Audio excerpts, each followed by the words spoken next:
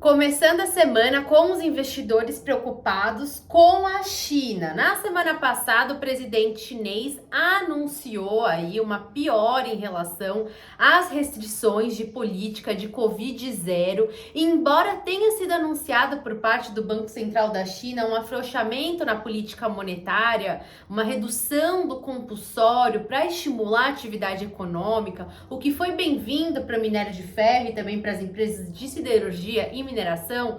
No entanto, a gente tem novamente a China apertando essa política e isso trouxe uma manifestação popular e lógico que é um novo ponto de observação no cenário internacional, né, Rodrigo Moliterno? Exatamente, os mercados ficaram aí preocupados, e principalmente no que tange aí essa política aí bem restritiva, a demanda lá tem diminuído e principalmente voltou aí de novo a questão aí de fechar fábrica, de componentes eletrônicos. Então é algo que assim transcende a parte de commodity, vai pegar de novo toda aquela questão dos componentes eletrônicos, da cadeia toda de suprimento. São então, duas mensagens, né, que exato. A gente tem: desaceleração da economia por conta do lockdown e possibilidade novamente de inflação por conta de uma crise de semicondutores. Exatamente.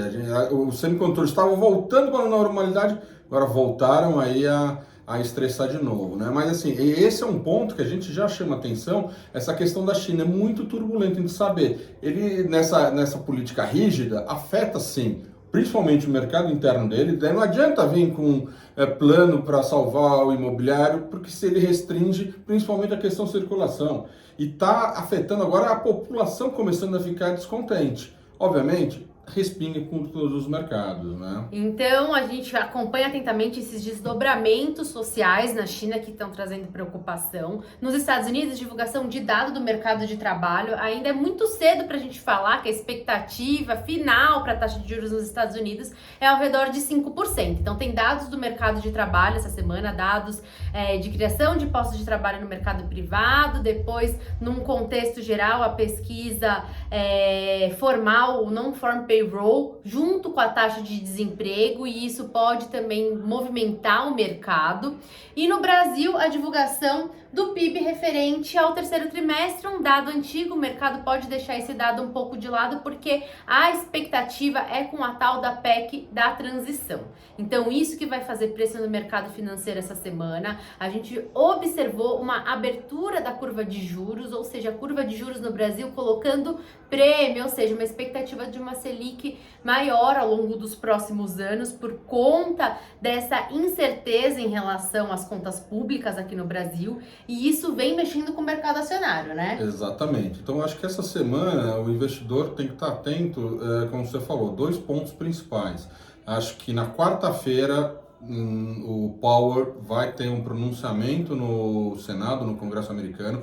O mercado vai estar atento com relação ao aperto monetário lá fora. Isso daí é algo que está chamando bastante atenção dos investidores. E principalmente os nossos investidores aqui locais vão estar atentos na questão da PEC, da transição, na divulgação do Ministério do novo governo. Isso tudo aí já vem movimentando o mercado aí nessas últimas 2 semanas. O mercado ele fica aí preocupado, E como bem vai ser, e sensível. bem sensível nisso daí, né?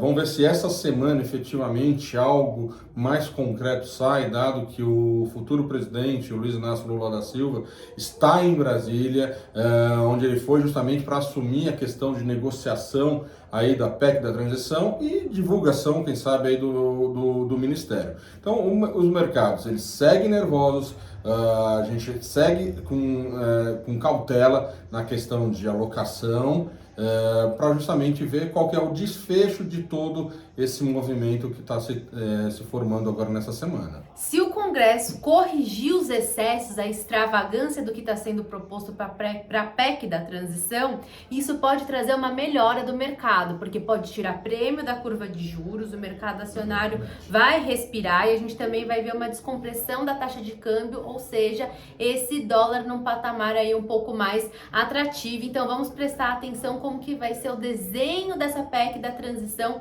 dentro do Congresso Nacional. Eu acho que é esse o grande gatilho, né, nessa semana. Boa semana a todos! Boa semana.